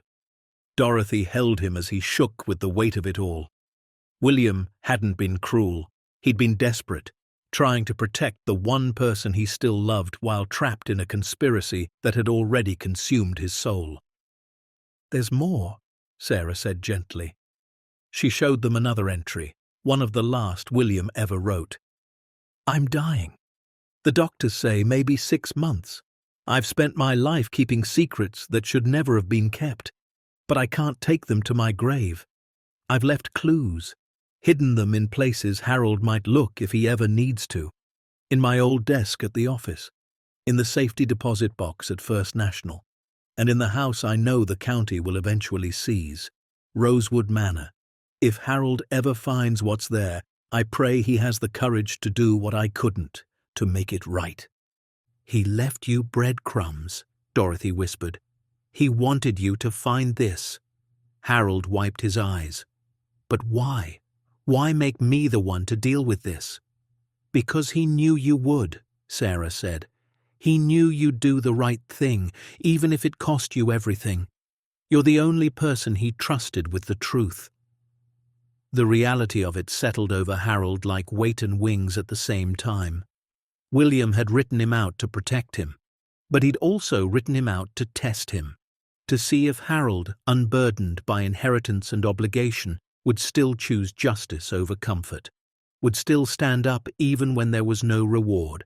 And here Harold was, broke and 73, standing in a mansion he'd bought for $7,000, prepared to fight people who could destroy him with a phone call, all because it was the right thing to do. William had known. Somehow, his brother had known. That evening, as FBI agents continued their work and armed guards patrolled the property, Harold and Dorothy sat in their small room by the fire. They'd learned so much in a single day, about Montgomery's death, which was almost certainly murder, about the network of powerful people who'd spent decades keeping the collection hidden, about William's dual role as both conspirator and conscience-stricken guardian. And they'd learned they were in more danger than they'd realized, but they'd also learned something else. They weren't alone anymore. "Torres came by while you were reading William's journal," Dorothy said.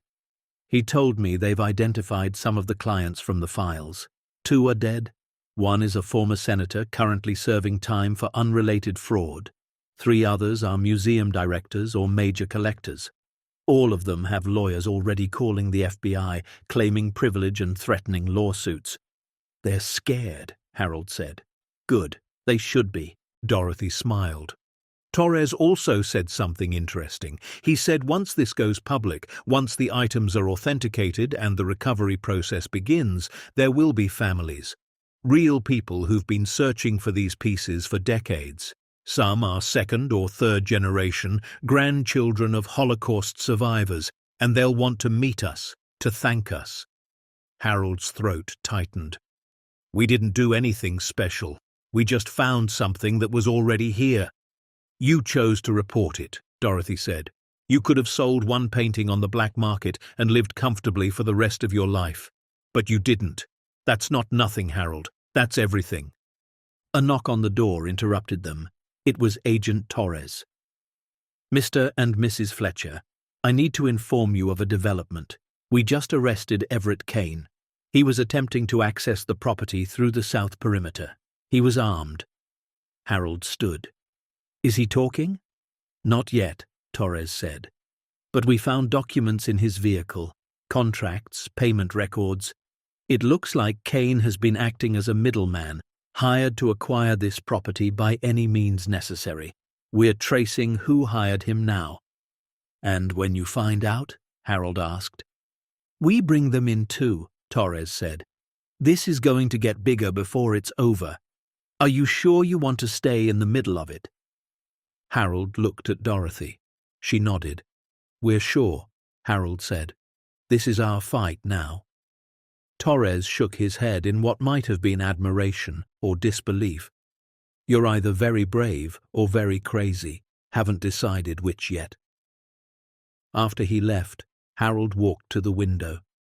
Outside, he could see FBI vehicles, portable lights, agents moving with purpose. His quiet, broken-down mansion had become the center of something that would ripple through the art world, through law enforcement, through families across multiple continents, and it had started with a 75-cent bid at a county auction. Dottie, he said quietly. Yeah? What if we'd never bought this place? What if someone else had won the auction? She came to stand beside him. But they didn't. We did. And maybe that's not coincidence. Maybe William was right to trust you with this. Maybe we were meant to be here. Harold thought about his brother sitting alone in his big house, haunted by secrets. About Montgomery, murdered for trying to do the right thing too late. About families who'd spent 80 years searching for pieces of their history. And he thought about Marcus, his son, who'd abandoned them. About the family who'd written them off. About everyone who'd decided Harold and Dorothy Fletcher didn't matter. They're all going to know our names now, he said. Everyone who thought we were nobody. They're going to know we're the ones who found this, who reported it, who stood up. Dorothy took his hand. Let them know. We're not doing this for recognition. We're doing it because it's right. Because some things matter more than money or safety or pride. She was right. She was always right. Harold pulled her close and held her in the dim light of their makeshift home. Outside, the world was closing in. Threats and danger and powerful people who wanted them silenced. But inside, by the warmth of their fire, Harold and Dorothy Fletcher had something those people would never understand. They had each other. They had truth on their side, and they had the stubborn, unbreakable conviction that sometimes the smallest people could shine the biggest light into the darkest places. The conspiracy was unraveling. The secrets were spilling out, and there was no going back now, only forward, into whatever came next. The media descended on Rosewood Manor like a storm 3 days after the FBI secured the site. News vans lined the broken driveway, satellite dishes reaching toward grey skies. Reporters shouted questions from behind the police tape while cameras captured every angle of the Gothic mansion that had hidden $300 million in stolen art for nearly 50 years. Harold watched from a second-floor window as Agent Torres gave a press conference on the front steps. He could hear fragments through the old glass. Largest recovery of looted artwork in U.S. history, and unprecedented cooperation from the property owners, and investigation ongoing into a network of conspirators spanning 5 decades. Dorothy came up behind him and rested her hand on his shoulder. "Are you ready for this?" she asked. "Ready for what?" "For everyone to know. for the whole world to see who we are.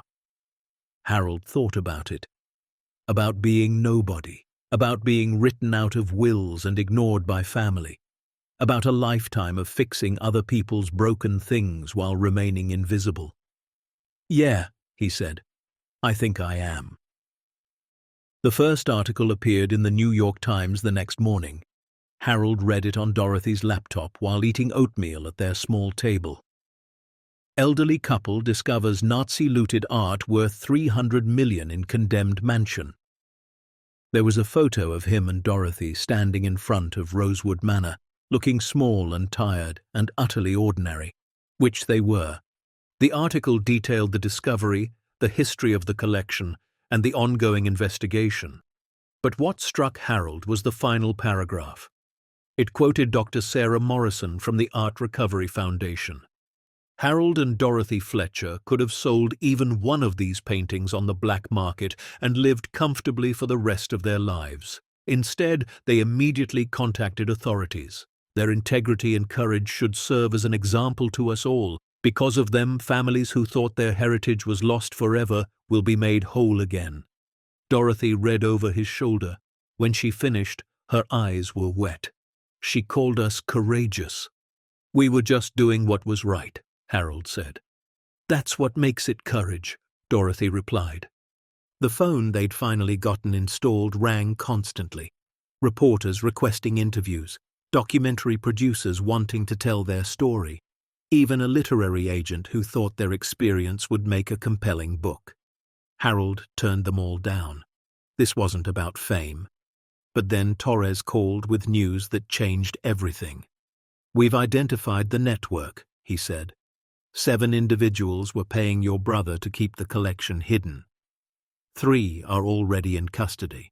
The others are negotiating surrender, and we have evidence that Everett Kane was hired by Marcus Fletcher to intimidate you into selling the property. Harold's blood went cold. "What did you say?" "Your son, Mr. Fletcher, Marcus Raymond Fletcher. He's been in contact with several members of the conspiracy since your brother's death. We believe he learned about the collection through family connections and saw an opportunity for profit." Harold couldn't speak, couldn't breathe. His son, the boy he'd raised, had been working against them, had hired men to threaten them, had wanted them scared and desperate enough to sell Rosewood Manor so he could claim whatever was hidden inside.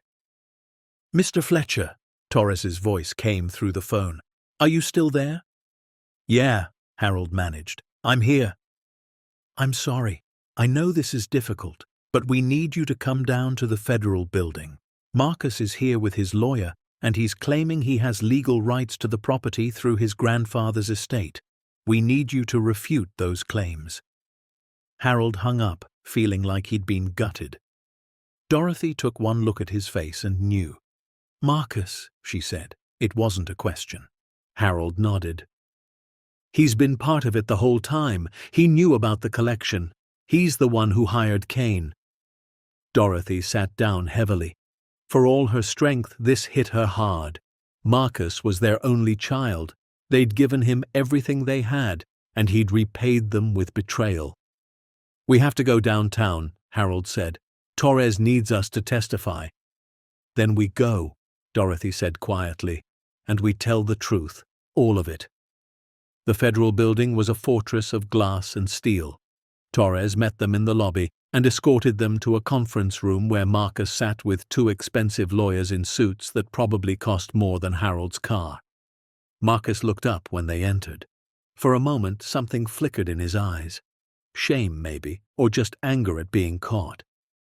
"Mom, Dad," he said the words like they meant nothing. "Marcus," Dorothy replied. Her voice was ice. One of the lawyers stood.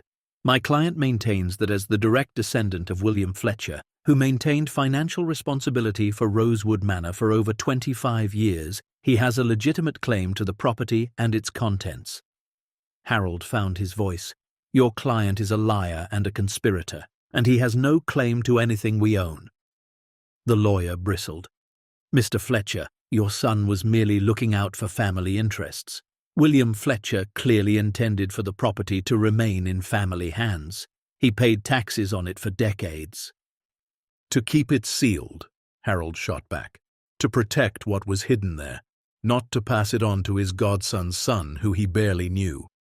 Torres laid out documents on the table.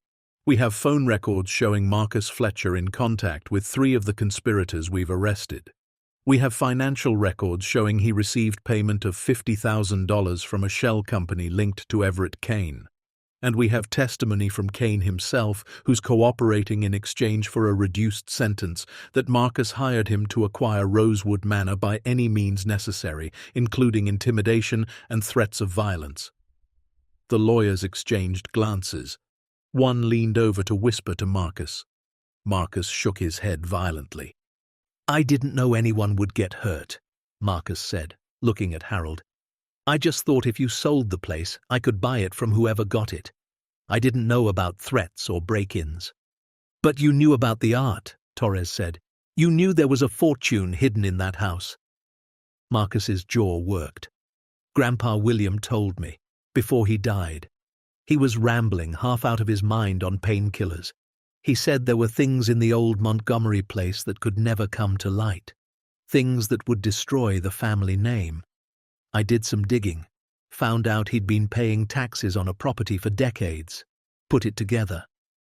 And when the property went to auction, you made sure your parents didn't know about it," Dorothy said. Her voice shook. "You let us struggle, let us lose our home to medical bills, never called, never helped, and the whole time you were waiting for us to die so you could swoop in and claim what William had protected." Marcus flinched. "That's not. I wasn't." "You were," Harold said flatly. "You counted us out, just like everyone else. Figured 2 old people couldn't possibly matter, couldn't possibly interfere with your plans." "I'm your son," Marcus said, and now there was desperation in his voice. "Doesn't that mean anything?" Harold stood up. He walked around the table and looked down at the man who carried his name but none of his values. "You stopped being my son the day you chose money over family, the day you let your mother and me struggle while you planned how to profit from our suffering. William wrote me out of his will to protect me. You tried to write us out of existence. There's a difference." He turned to Torres. "What happens now?" "Your son will be charged as an accessory to conspiracy and attempted extortion. Given his cooperation, he'll probably get a plea deal. 5 to 7 years, maybe less with good behavior." Harold nodded once. Then he took Dorothy's hand and walked out of the conference room without looking back. Behind them, Marcus called out, "Dad, wait, please." But Harold didn't stop. Some bridges, once burned, couldn't be rebuilt. In the lobby, Dorothy finally broke. She leaned against Harold and cried for the son they'd lost, not to prison, but to greed, to a sickness that had infected him long before they'd ever found Rosewood Manor. Harold held her and felt his own tears fall. They'd lost so much, their home, their savings, their family. But they'd gained something too, something Marcus would never understand. The next weeks blurred together. The FBI completed their cataloguing of the collection. Dr. Sarah Morrison worked with international agencies to begin the long process of authentication and repatriation. And Harold and Dorothy became reluctant celebrities. Requests for interviews continued. They finally agreed to one, with a local journalist named Patricia Lang, who'd covered their story fairly from the beginning. She came to Rosewood Manor on a crisp autumn morning and sat with them in the library, where Dorothy had been cleaning and organizing the rare books. "Why did you come forward?" Patricia asked, recorder running between them. "You could have kept quiet, sold pieces slowly. No one would have known." Harold and Dorothy looked at each other. Dorothy answered, "Because it wasn't ours. Those paintings, those sculptures, they belonged to families who had everything stolen from them. Their art, their homes, their lives. What right did we have to keep taking from them?" "But you're broke," Patricia said gently.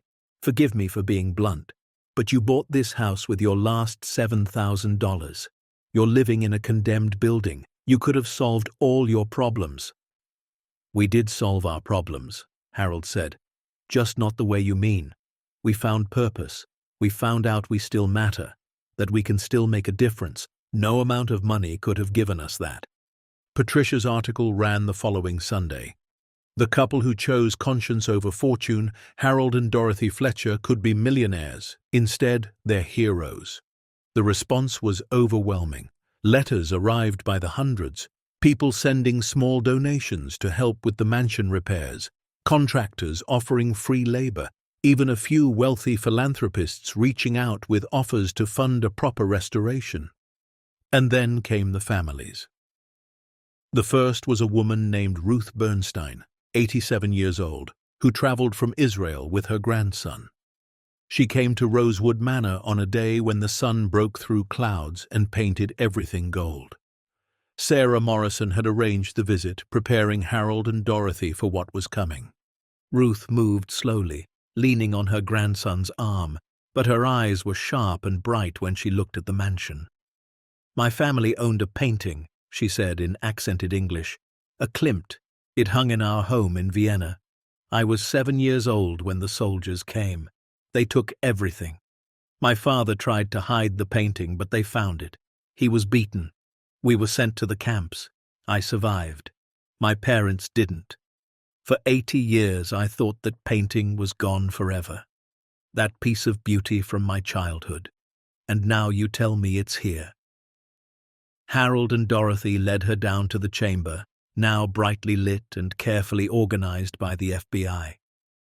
Sarah had already identified Ruth's painting. It stood on an easel, waiting. Ruth saw it and made a sound that was half sob, half laugh. She moved forward, trembling, and reached out with shaking fingers to touch the frame. "Mama used to stand in front of it every morning," she whispered. "She said it made her remember there was beauty in the world. When we were taken, I forgot. I forgot there could be beauty. I forgot so much." She turned to Harold and Dorothy with tears streaming down her weathered face. "You gave me back my mother's morning ritual. You gave me back a piece of childhood that I thought the Nazis had destroyed. How do I thank you for that?" Dorothy took Ruth's hands. "You don't need to thank us. This belongs to you. It always did." Ruth pulled Dorothy into a fierce embrace. Then she reached for Harold, and the three of them stood there in the chamber, surrounded by stolen history, crying for all that had been lost and all that was finally being found. More families came. A man from Poland whose grandfather's sculpture had been seized. A French woman whose family's portrait had hung in their chateau before the occupation. Each one had a story. Each one had pain that had traveled through generations. And each one looked at Harold and Dorothy like they were miracle workers. But Harold knew better. They hadn't performed miracles. They'd just refused to look away from the truth. As autumn deepened into winter, the investigation concluded. 7 conspirators were convicted of various charges related to trafficking in stolen goods, obstruction of justice, and racketeering. Everett Kane received a reduced sentence of 12 years for his cooperation. Marcus pleaded guilty to conspiracy and was sentenced to 5 years in federal prison. Harold didn't attend the sentencing. Dorothy did. She sat in the courtroom and watched their son shuffled in wearing an orange jumpsuit, his expensive lawyers now gone. When the judge asked if Marcus had anything to say, he looked at Dorothy. "I'm sorry," he said. "I was greedy. I was stupid. I thought money mattered more than people. I was wrong." Dorothy didn't respond. She just stood and walked out. Later, Harold asked if she believed Marcus's apology. "I don't know," Dorothy admitted. "Maybe he means it now that he's facing consequences, but it doesn't change what he did. It doesn't erase the threats or the fear or the betrayal." "Do you think you'll visit him? In prison?" Harold asked. Dorothy was quiet for a long moment. "Maybe, eventually. He's still my son, but forgiveness takes time, and trust, once broken like that, may never fully heal." Harold understood. Some relationships couldn't be fixed, even by the best handyman in the world. But while their family fractured, a new kind of family formed around them. The FBI agents who'd protected them stayed in touch. Sarah Morrison became a regular visitor, helping Harold and Dorothy understand the impact of what they'd found. And people from Millbrook Heights, the town that had once whispered about the cursed mansion, started showing up to help. It started with Evelyn Hart, the woman who'd warned them about the house's dark history. She arrived one Saturday morning with cleaning supplies and a determination to help restore the library. "My grandmother worked here," she said. "I want to honor her memory by making this place beautiful again." Others followed. Retired teachers who organized the books, contractors who donated weekends to repair the roof, local students who cleaned windows and pulled weeds. Slowly, room by room, Rosewood Manor came back to life. And then came the call from Agent Torres that changed everything. "The government has authorized a finder's fee," he said. 10% of the recovered value for your cooperation and integrity. That's $30 million, Mr. Fletcher. You and your wife are going to be very wealthy." Harold sat down hard. $30 million.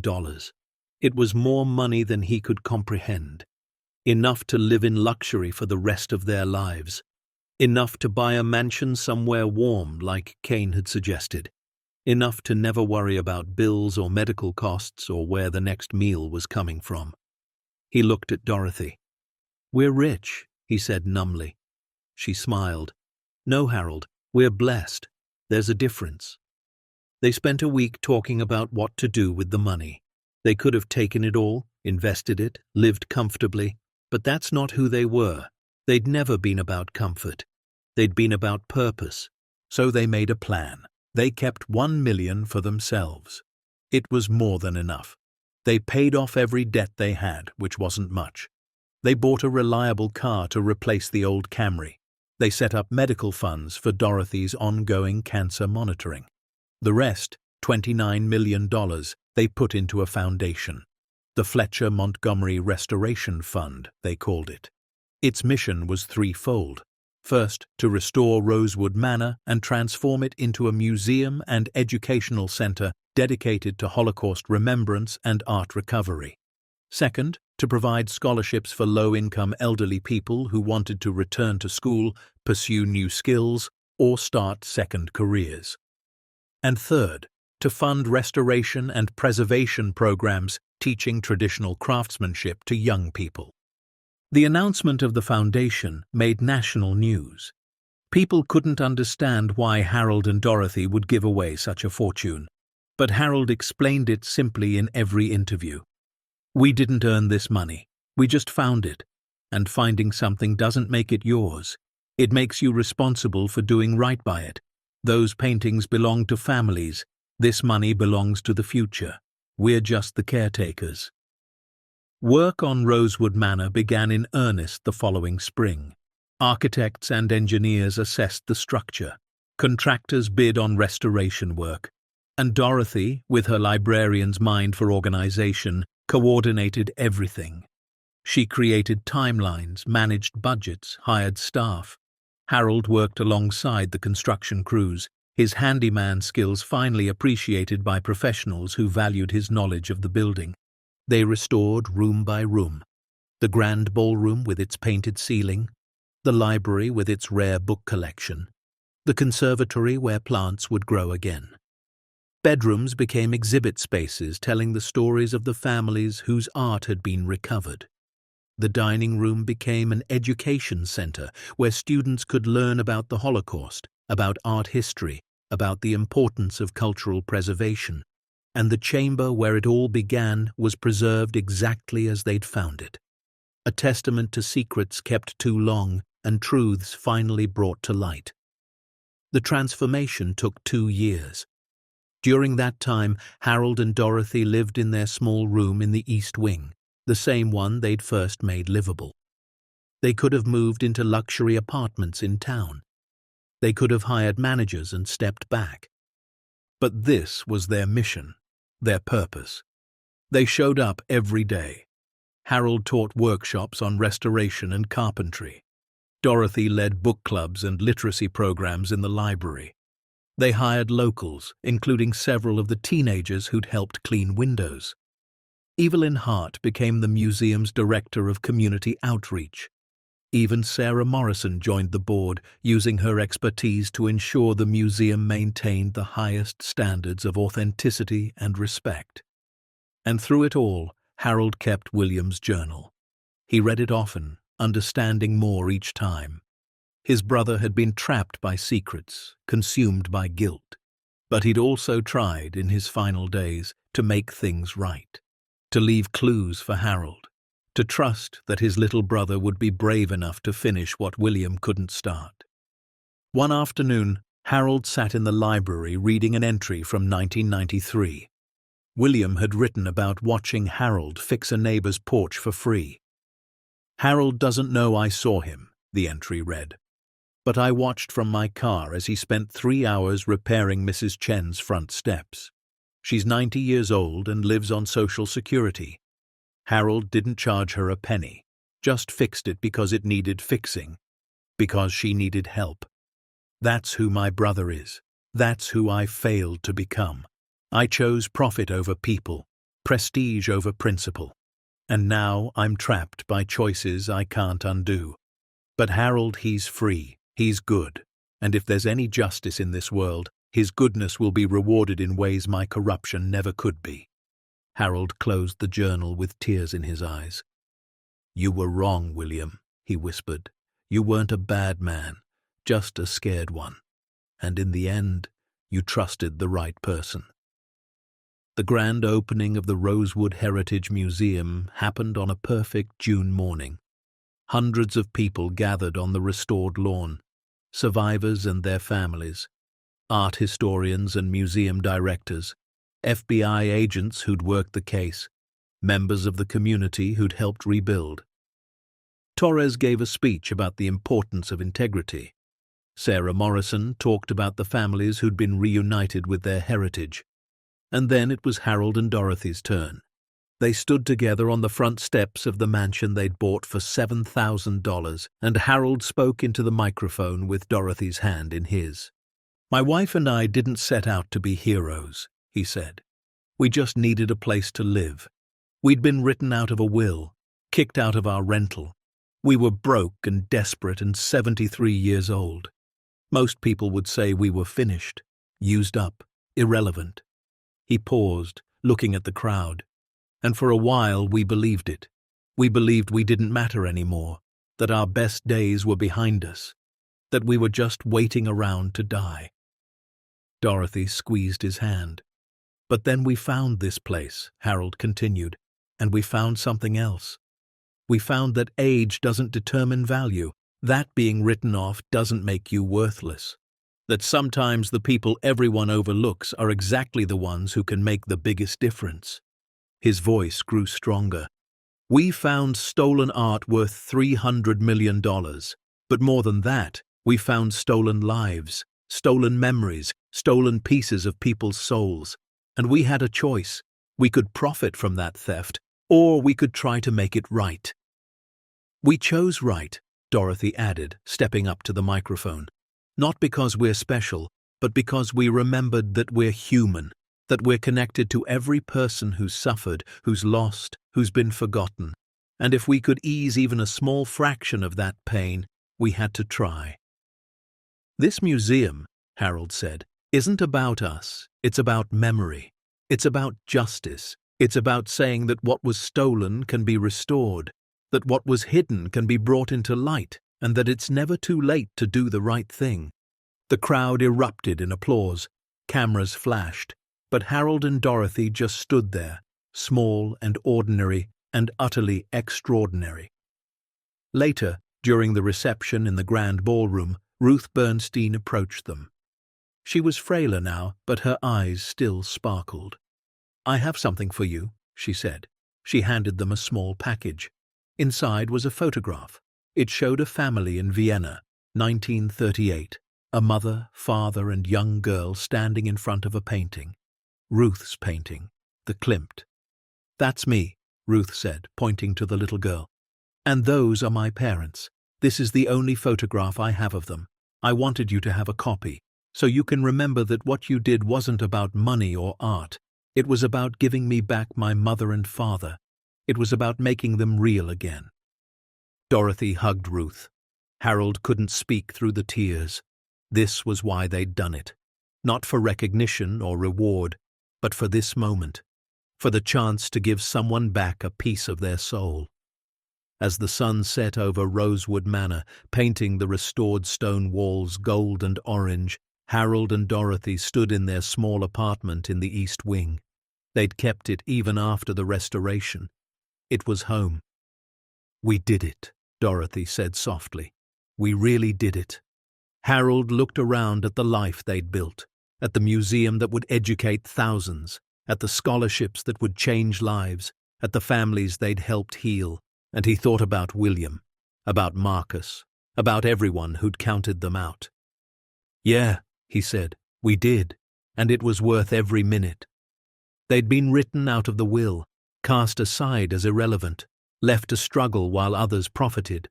But Harold and Dorothy Fletcher had turned rejection into redemption. They'd taken a condemned mansion and transformed it into a beacon of hope. They'd found a fortune and used it to restore justice. They hadn't just rebuilt a house, they'd rebuilt themselves. Over the following years, the Rosewood Heritage Museum became one of the most respected institutions of its kind. Students came from around the world to study. Survivors shared their stories in the very rooms where their stolen treasures had been hidden. And Harold and Dorothy, well into their late 70s, showed up every single day. Harold taught restoration workshops, passing on skills he'd learned over a lifetime. Dorothy ran literacy programs and book clubs, helping others discover the power of words. They employed dozens of locals. They funded scholarships that sent low-income students to college. They proved that two ordinary people with extraordinary integrity could change the world. One afternoon, Harold was working in the garden when a car pulled up. A young woman got out, nervous and uncertain. "Mr. Fletcher?" she called. Harold set down his tools. "That's me. Can I help you?" "I'm Amanda, Marcus's daughter, your granddaughter." Harold's heart stuttered. He hadn't seen Amanda since she was 8 years old. She was 23 now. "He sent me," Amanda continued, "from prison. He wanted me to tell you he's sorry, really sorry. He's been taking classes, working on himself. He knows he can't undo what he did, but he wanted you to know he's trying to be better." Harold studied her. She had Dorothy's eyes. "And what do you want?" he asked gently. Amanda's chin trembled. "I want to know my grandparents. I want to understand what you did here. I want to learn from people who chose right when it would have been easier to choose wrong. I want to be part of something good." Harold felt something crack open in his chest. Not forgiveness for Marcus, not yet, but hope. Hope that goodness could skip a generation, that integrity could be inherited even when money couldn't. "Come on," he said. "Let me show you around, and then maybe you can stay for dinner. Your grandmother makes a mean pot roast." Amanda's smile was worth everything. That evening, Harold, Dorothy, and Amanda sat around a table in the small apartment. They ate and talked and laughed. They told stories about the mansion, about the discovery, about the families they'd helped, and Amanda listened with hungry ears, soaking up the legacy that was hers by blood and could be hers by choice. After she left, promising to return next weekend, Dorothy turned to Harold. "You think she'll come back?" "Yeah," Harold said. "I think she will. I think she's looking for what we found. Purpose, meaning, a reason to matter." Dorothy smiled. "Then we'll teach her, just like we teach everyone who walks through our doors, that it's never too late, that you're never too old, that being written off just means you're free to write your own story." Harold pulled her close. 54 years of marriage, 54 years of partnership, and somehow in their 70s They were just hitting their stride. "I love you, Dottie," he said. "I love you too, Harold, and I'm proud of us, of what we built, of who we became." Outside, the lights of Rosewood Manor glowed against the darkening sky. Inside its walls were stories of pain and recovery, of theft and restoration, of secrets kept and truths revealed. And at the center of it all were two people who'd been told they didn't matter. Two people who proved that the greatest inheritance isn't money or property or status. It's courage. It's integrity. It's the choice to stand up and do right even when the whole world is pushing you to stay down.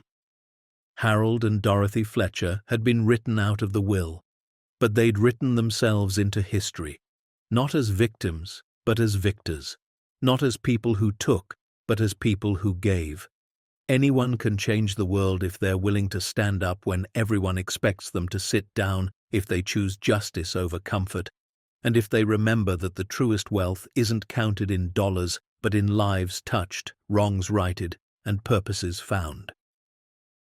As the seasons turned and years passed at Rosewood Manor, Harold and Dorothy Fletcher didn't slow down.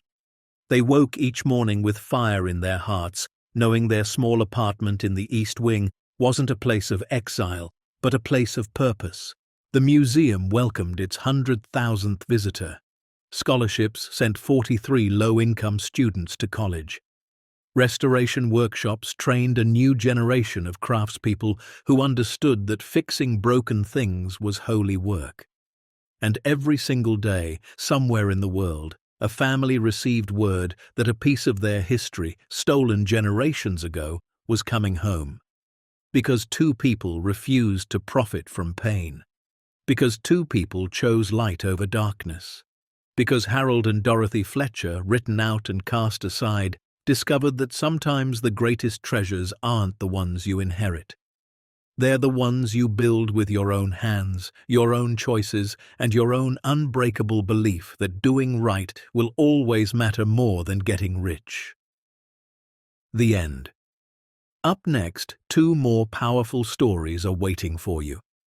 Click to keep discovering, and don't forget to hit subscribe if you believe forgotten people still deserve to be found.